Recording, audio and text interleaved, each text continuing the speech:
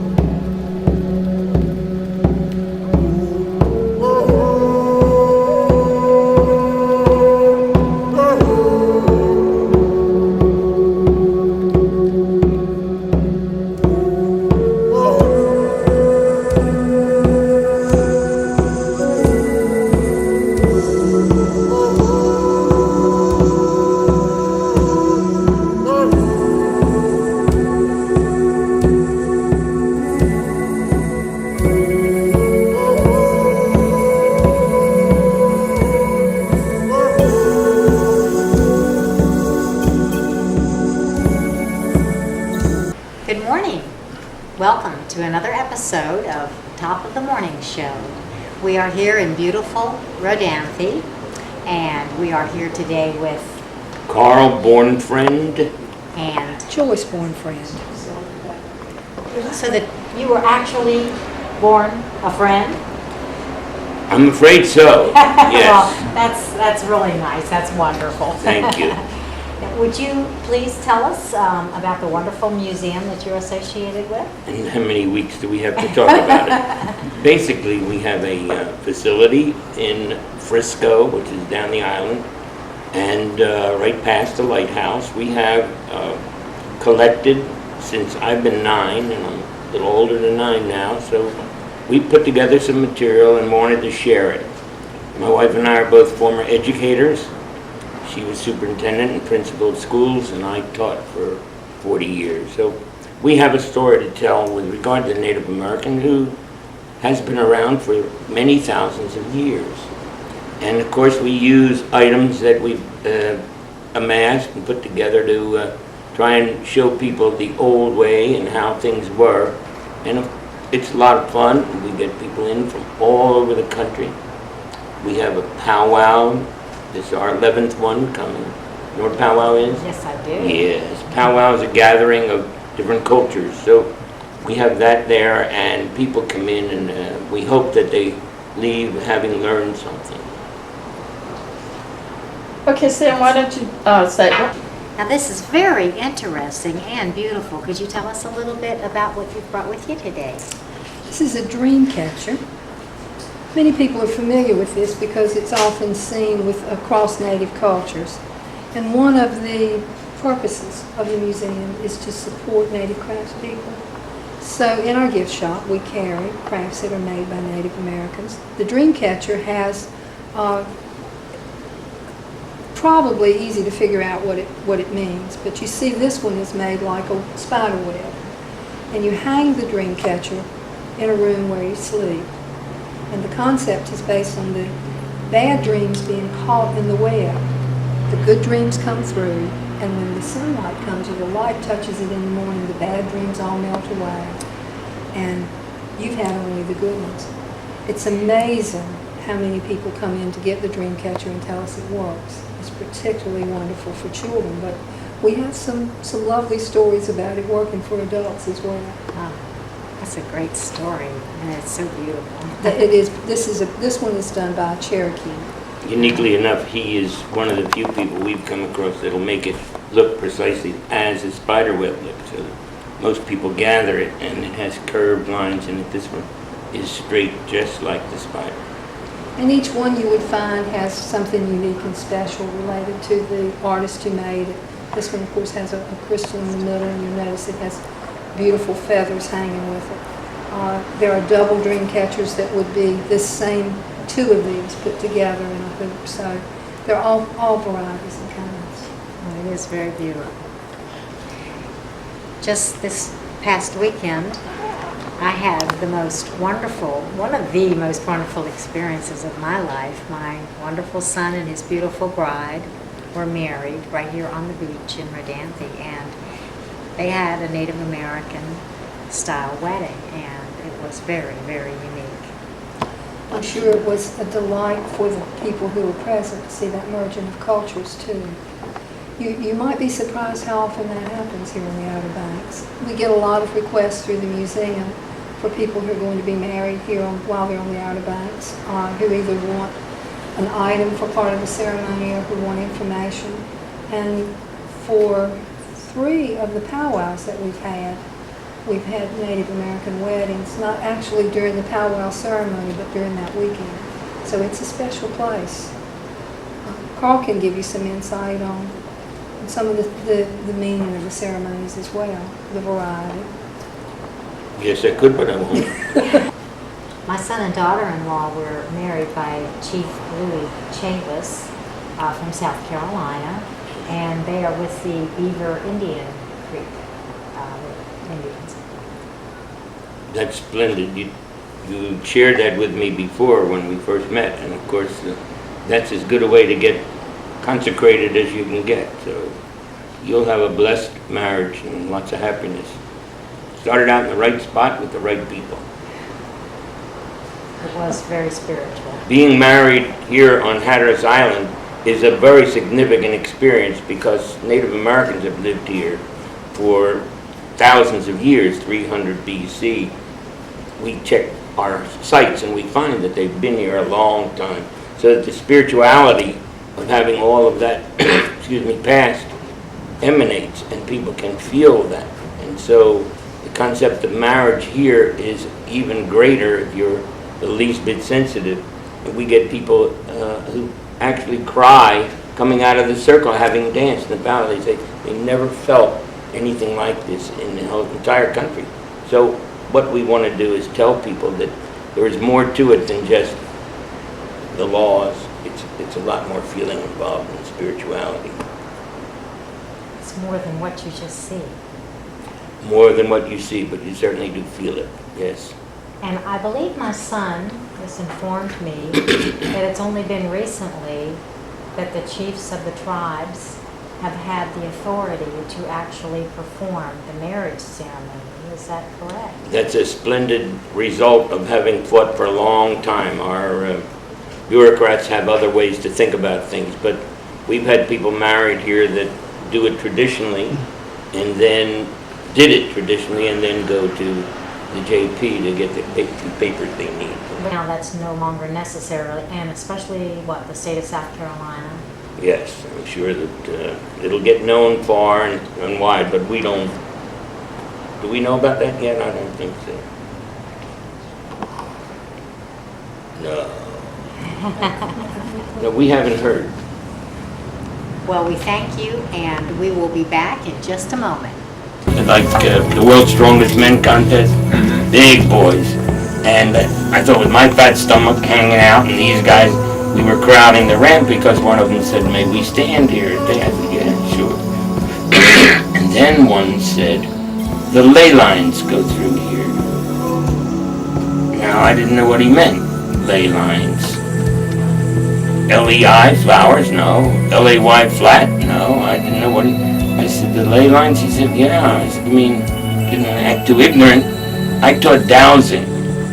And I know you don't see the dowsing lines, but they work. Done it with hundreds of people for water. Okay. And so I said, "Yes, sure." And I said, "You mean Hatteras or Buxton?" They said, "No, here." I said, "Well, what do you mean?" He put his hands out. He says, "Here where we're standing." These guys were on pilgrimage from Iceland. One was an executive at Johnson & Johnson. I don't know what the other one did. But they were not the pulley-haired, glassy-eyed. They were very substantial citizens. Ley was the name of a man. Ley, L-E-I, hypothesized that the churches in England are on ley lines, that the pyramids are on ley lines, Stonehenge is on ley lines.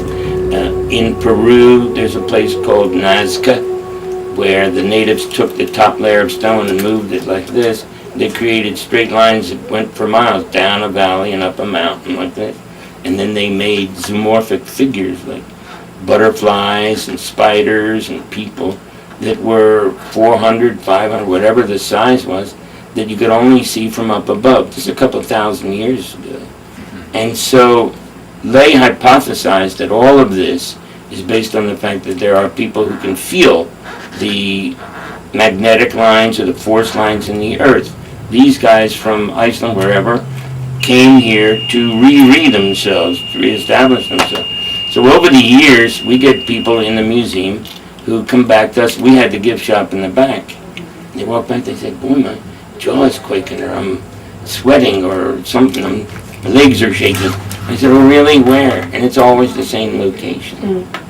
So we have that as a plus and a bonus.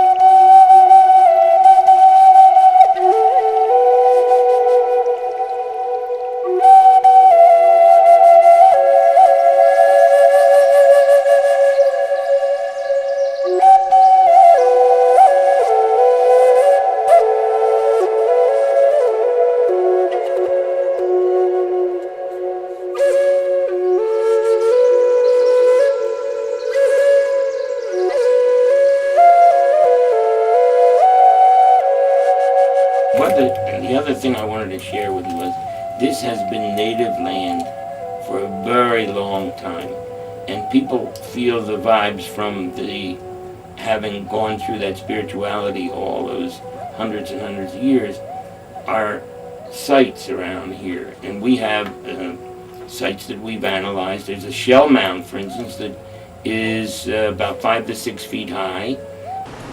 And I've noticed your cane. It is carved and absolutely beautiful. Could you tell me a little about it? There is a story, believe it or not, and thank you for asking. I was fined several years ago. An old gentleman came up to me and said, here, take this. And I have everything I want. When we got married, that was all I needed. And of course, I'm very difficult to give things to. So he said, here, take this. And I said, no, I'm fine, take this. And I said, no, really, I don't want it. I'm starting to get disconcerted by his insistence. And he finally looked like he was going to collapse or hit me if I didn't take it. And I didn't need it. But I took it anyhow to make this geezer happy. And lo and behold, a few years later, my knees went. I have no cartilage in my knees. And this, thank you for calling it a cane, but I'd like to just help you a bit. This is a walking stick. Cane has a bend in it. And if you bend your wrist the way a cane functions, it hurts. This thing, I could stand at a meeting with no chair for a half hour, never mind, because it holds me. And I also move things with it and grab doors, and it's just a splendid item.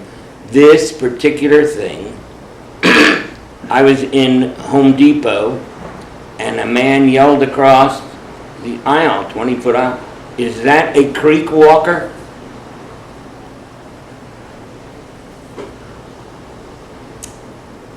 Signed Creek Walker. I said, how did you know that? He said, he made me take one too. I said, what's the story with that guy? Because I didn't know him. I wouldn't know him if I fell over him. He said, he made me take one. I have no idea. I think he's from South Carolina, but he makes these things and makes people take them. And lo and behold, if I saw him now, I'd be hugging and kissing him because it's such a wonderful thing. But we don't go out anywhere, no matter what, out the front door, that people don't ask me about this. And I've given it to woodworkers and asked many people, what kind of wood is that? There's no one that can tell me. So we're very pleased. And I have my hand on this part. You see the figure carved in there. He's a friend of ours and gives me a lot of good advice. No, I don't own any stock. So we're doing fine. Thanks for asking about it. And if you could take a little closer look, it's carved and it looks like the man of the north wind. Now stay with us and we'll be right back.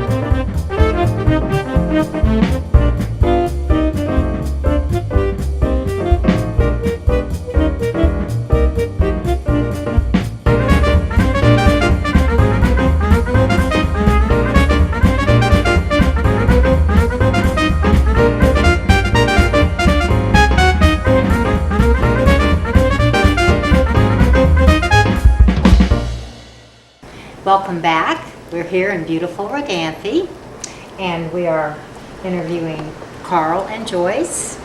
And I have been noticing your absolutely beautiful turquoise and sterling silver jewelry. Could you just tell us a little bit about yours right now? Oh, thank you. This was a gift from my husband. It's a squash and squash blossom, and it's very typical of Southwest jewelry. And one that I love to wear because it was a gift from him and because it is also very beautiful. As you say, it's turquoise and sterling silver, handmade and handcrafted, and an example of some of the extraordinarily beautiful jewelry that you'll find with Native American craftspeople. And I noticed your beautiful earrings. They look like the little dream catcher. They are little dream catcher earrings. They're absolutely gorgeous. Thank you. And you're a good husband for buying such a beautiful gift. And could you tell She's tell in us- charge of the money, so she figured it out. Could you tell us a little bit about what you're wearing? Yes, I wore neckties for countless centuries. I taught school and wore one every day.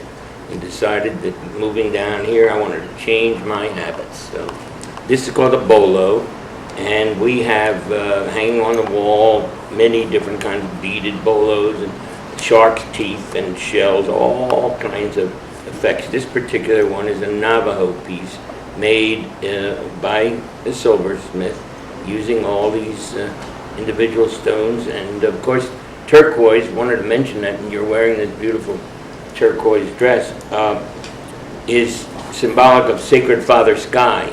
So that's a blue color that's very significant to the native, and utilization of turquoise is because no other way in nature could they get something blue and use it. So the turquoise is it, and thank you for representing that also. So this is turquoise and Italian coral. Believe it or not, trading went back way long ago. So of course, we have stuff from all over. Cut. Oh, you're leaving? Goodbye. It is very, very beautiful. And will we be able to see more of this beautiful jewelry and other items at your museum? Oh, absolutely. Love to have you come down. I think you'll be astonished at what you find there, because the museum represents not just the natives of Hatteras Island, but native cultures from across the United States. So there's a smattering of all different kinds of tribal wear and jewelry. I think you're going to have fun. Well, I can hardly wait to see it. And I'm sure that you all can hardly wait as well. Let's go take a peek. I had to rediscover all that. You know, I had Gotcha. to get in touch with my people. But you do have it. So I do have it, yes. So you won't have a problem trying to, we get people in here that are, no question about their fact that you can't tell, and then their family's never told, Yeah. but they know they are. They heard some aunt or uncle or granny or uncle, somebody Right. told them at the table Right. that they have Native American heritage, but they don't know what it is. Well, I was told all my life that we were part Cherokee. And it looks like that there are two different theories. We know we're mixed. We do know we're mixed. And the French origin of Chavis is Chavou. And they first came across into Jamestown in, I think it was 1641, if I remember right, out of my research or whatever. But it looks like, just from going from the Chaves, the Chaveurs and the Chavous and all that, there was spelled many different ways at one point in time. It looks like it was a migration south from Riverbed, from where the Nottoway were, to the PD, and then to where the Orangeburg, which is Beaver Creek area. Gotcha. So it looked like the Frenchmen might have migrated and integrated with the Indians and kept going generation after generation after the furs were cleaned out. That's one theory. The other theory is that it's a possibility that we're related to the Creek through some treaty in 1790 that George Washington himself signed instead of the Secretary of War. The Secretary of State and George Washington signed this treaty with the Creek, and they're given their native names in this treaty. And of course, now we know those people's Christian names, but not their native names. Gotcha. So, Interestingly enough, though, lots of folk who think they're Cherokee are not. right. And that it seems to be like a name like Smith or Jones. And people, when you say what's your heritage, they'll say Cherokee automatically because everybody knows the name. And you might find if there was folks who migrated south from north, that they are Algonquian speaking people, woodland people. Right. And you might find, they came down the east side, that it could be any number of, the same way my wife's family thought Cherokee was the answer, and our sister's an archaeologist. So, and very precise, it turned out to be Pamunkey. Right. So you don't know who you are because Yeah. nobody wants to. I believe it's just a guess because my grandfather died when I was young. Some of my earliest memories are him dying of cancer, and so that was part of the reason why I had to reconnect. But I think he lived in a little town called Alert, Indiana, where the Klan activity was pretty fierce. So I think it was a point of. But let me back up a minute. When I met his cousin that he grew up with, who is now our tribal elder, she had told, when we gained state recognition, she was in tears, and she told me, Tommy, when I grew up with your grandfather, Nomi, when we got off the bus, and the first thing we'd do is go fishing, but when we got off the bus, the white kids would spit on us through the window. So I think it was a point of shame, it's just. That's why they didn't, as soon as you started looking white, Yeah. they didn't allow for that to perpetuate because that was a hard way to live. Right. And it was lost. Give us contact information for your museum. One of the things that we often encounter is that visitors think that Native American cultures are part of history, not necessarily part of our life today. And one of the things that the museum does each year to try to change that stereotype, that misperception, is to provide an annual powwow. It's a gathering, Carl alluded to it earlier, an intertribal group where the public is invited to come also.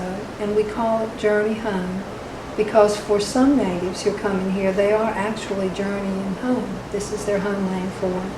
And for others, we hope it's the kind of weekend that they will have come home in their hearts as well. But it is an annual celebration where Native Americans come together and you see some traditional things occur, and you also get a chance to see Native Americans in today's world. So part of what happens at the museum, we hope, is that people learn that there's a beautiful, rich, glorious culture of Native Americans to learn about from history. But that exists today as well at the Frisco Native American Museum in Frisco, North Carolina on Hatteras Island. Just past the Buxton Lighthouse. Well, thank you so much for sharing all that you have shared with us today. Thank you for this opportunity. We appreciate being here. And now we're going to take one more look.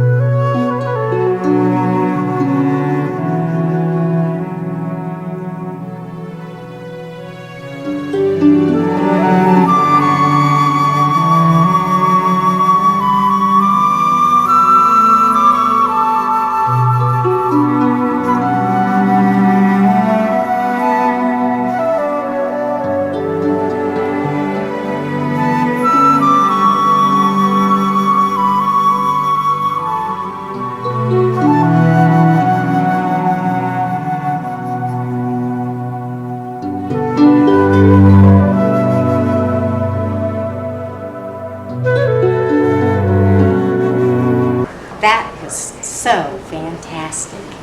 Thank you both so much for being here with us today. And I would like to know if you would have anything else you'd like to share with us before we close. Well, thank you for having us, and we just hope you'll come back again, because as you've seen, there's no way to experience the entire museum or the nature trail in one visit. Absolutely. I'm looking forward to it. And you? Ditto. Thank you. Well, that's another episode of Top of the Morning Show. And we thank you for joining us and being here with us in beautiful Rodanthe.